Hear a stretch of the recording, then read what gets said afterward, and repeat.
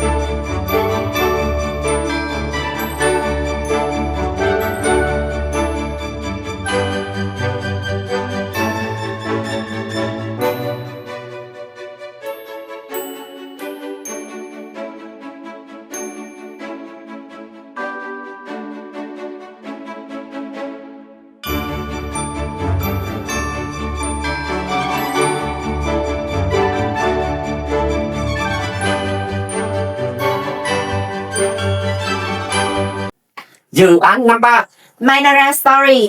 Từ giá trị học đến niềm tin bền vững. Yeah!